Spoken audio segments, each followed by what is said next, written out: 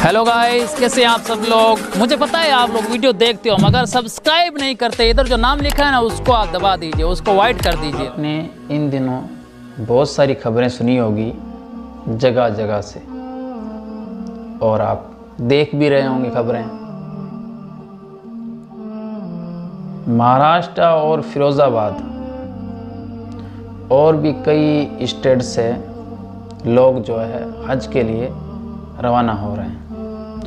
उनके पास ना तो पासवर्ड है ना वीज़ा है, कुछ भी उनको पता नहीं। एक मामला सुना होगा आपने कुछ वक्त पहले, शेख वासिफ नाम का एक शख्स जो है साइकिल से पैदल हज के लिए जा रहा था, और उसने अपना रास्ता देखा गूगल मैप से। गूगल मैप तो वही रास्ता बताता है जहाँ कि यहाँ से ही रास्ता है जाने का, मगर ये नहीं बताता गूगल मैप कभी भी कि ये इस रास्ते में आगे खड्डा है, या ये रास्ता अब बंद हो चुका है, या इस रास्ते में कुछ काम चल रहा है, या ये रास्ता प्राइवेट है या आर्मी रास्ता है। ये कभी नहीं बताता। इसी तरह वो शख्स शेख वासिफ जो है आर्मी इलाके में चला गया। आर्मी इलाके में गया तो बीएसएफ के नौजवानों को पता चला कि ये तो कोई शख्स है जो चोला पजामा पहने हुए साइकिल लेकर हमारे एरिया में आ गया। तो उसको गिरफ्तार करके पुलिस के हवाले कर दिया। पुलिस के हवाले करने के बाद उसके साथ और उससे पूछगिछ की गई, और उसके साथ क्या क्या है सब देखा गया। देखने के बाद उसकी पूरी छानबीन हुई।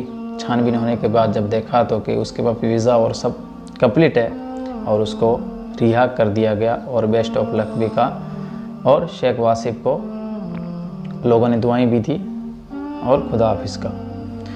अब इसी तरह के एक बाबा जो हैं महाराष्ट्र से चल पड़े हैं।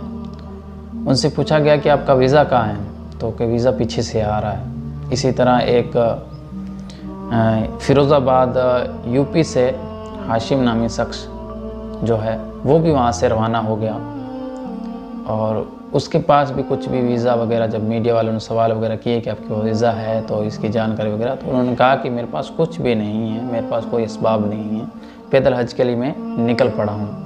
तो इसी तरह की वीडियोज़ आप रोज़ देखते रहते होंगे।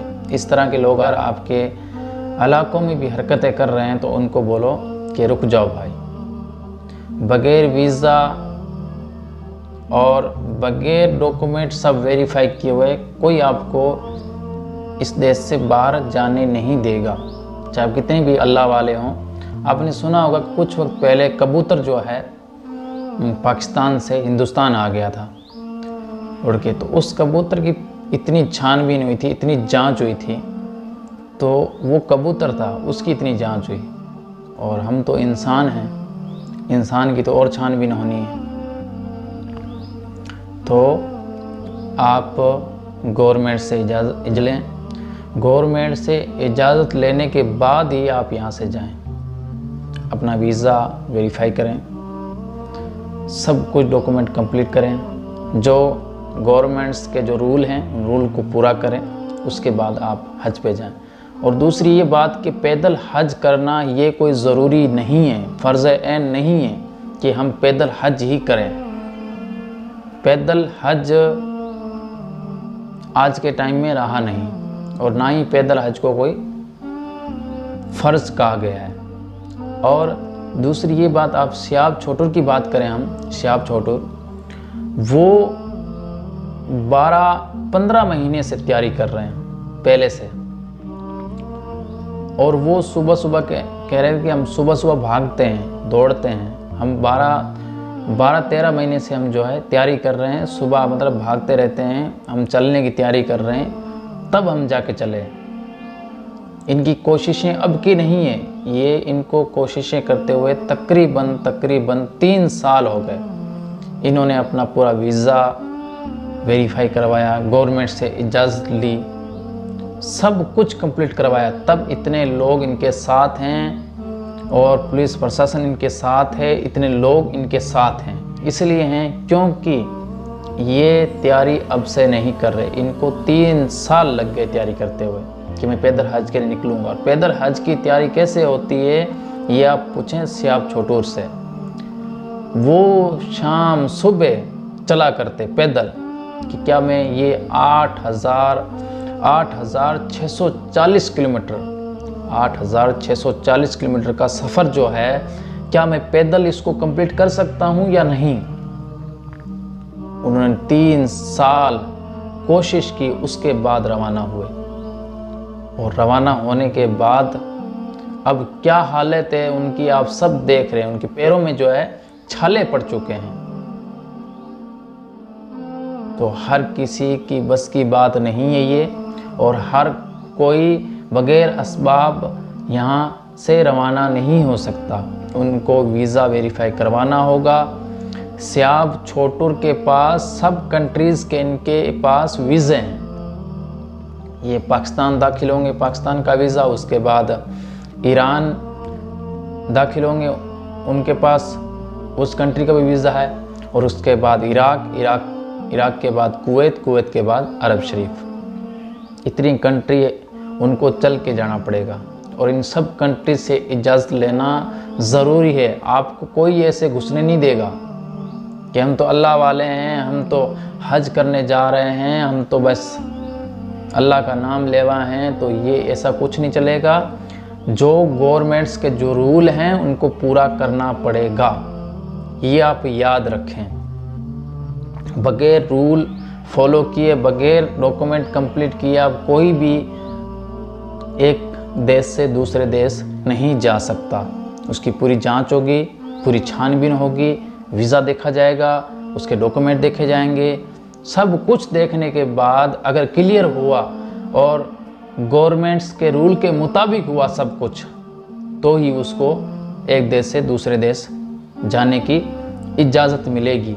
अब जो ये बगैर वीज़ा के, बगैर पासवर्ड के जो रवाना हो रहे हैं ऐसे लोग, इनको आप रोकें, बराए करम रोकें। इनको रोक के बोलें भाई पैदल हज करना कोई ज़रूरी नहीं है, लोग मजाक बना रहे हैं, लोग हंस रहे हैं। बगैर वीज़ा कौन सा देश पार कर पाएंगे आप, कैसे निकलेंगे आप? आपको पता है, अभी मैंने आपको एक बात बताई कि शेख वासिफ वो साइकिल लेके कहाँ घुस गए। उन्होंने गूगल मैप इस्तेमाल किया, गूगल मैप से आप कहाँ चले गए? ऐसी जगह चले गए जहाँ जाना भी नहीं था, वहाँ जाने की इजाज़त भी नहीं है। वह आर्मी एरिया था, आर्मी एरिया के अंदर घुसे तो आर्मी ने उनको पकड़ कर पुलिस के हवाले कर दिया। फिर उनकी पूरी जांच हुई, पूरी छानबीन हुई। अच्छा हुआ कि उनके डॉक्यूमेंट कंप्लीट थे, उनका वीज़ा कंप्लीट था, सब कुछ कंप्लीट था, तब उनको छोड़ दिया गया। ये तकरीबन 2-3 मंथ की पहले की बात है। तो बराए करम आप ऐसा ना करें। कोई अगर पैदल रवाना हो रहा है तो उससे पूछें पहले कि आपके पास असबाब हैं, क्या आपके डॉक्यूमेंट कंप्लीट हैं। आप मजाक ना बनाएं, इस्लाम का मजाक ना बनाएं। पैदल हज करना कोई ज़रूरी नहीं है, और पैदल हज करने से कोई बड़ा सवाब नहीं मिल जाएगा। अगर कोई एरोप्लेन से जाएगा, अगर वो नेक परहेज़गार है, किसी का हक नहीं दबाया, किसी का दिल नहीं दुखाया, कभी बुरा काम नहीं किया, तो उसका हज उस पैदल चलने वाले से बेहतर है। पैदल जा रहा है, कुछ हकूक़ अदा नहीं किए, कुछ ज़रूरी काम थे वो भी पूरे नहीं करता, फ़र्ज़ वो अदा नहीं करता, वाजिब वो अदा नहीं करता, सुन्नतों पर वो अमल नहीं करता, और चल पड़ा पैदल हज के लिए। भाई अगर कोई सुन्नतों पे अमल करने वाला, फ़र्ज़ को अदा करने वाला अगर एरोप्लेन से जाता है तो उसका हज ज़्यादा बेहतर है। जो फ़र्ज़ है उसको पहले अदा करें, वाजिब है उसको अदा करें, जो सुन्नतें मौक़ित है उनको अदा करें। उसके बाद अगर कोई बचता है मुस्तहब काम तो वो करें। कि पैदल हज पे निकलना मेरे दिमाग से बिल्कुल बाहर है। इस तरह की हरकतें आप ना करें अपने। अगर आप में हौसला है, जज्बा है, आप कोशिश करें, 10 साल कोशिश करें, 20 साल कोशिश करें, 5 साल कोशिश करें। कोशिश करने के बाद आपको लगे कि हाँ मैं पैदल जा सकता हूँ, मुझे सब कुछ मालूम है कैसे जाना है, मेरे डॉक्यूमेंट्स कंप्लीट हैं, सब कुछ कंप्लीट है, उसके बाद जो है आप रवाना हो। ऐसे ही आप ना निकल पड़े हैं पैदल हज के लिए, ये अच्छी बात नहीं है। शुक्रिया आप मेरे चैनल पे आने के लिए। कैमरामैन आईडी रज़ा के साथ आपका इस चैनल पे स्वागत करते हैं। और अगर हमारे इस चैनल पे आप पहली बार आए हैं तो हमारे चैनल को आप सब्सक्राइब कर दें और इस वीडियो को अपने दोस्तों में शेयर कर दें।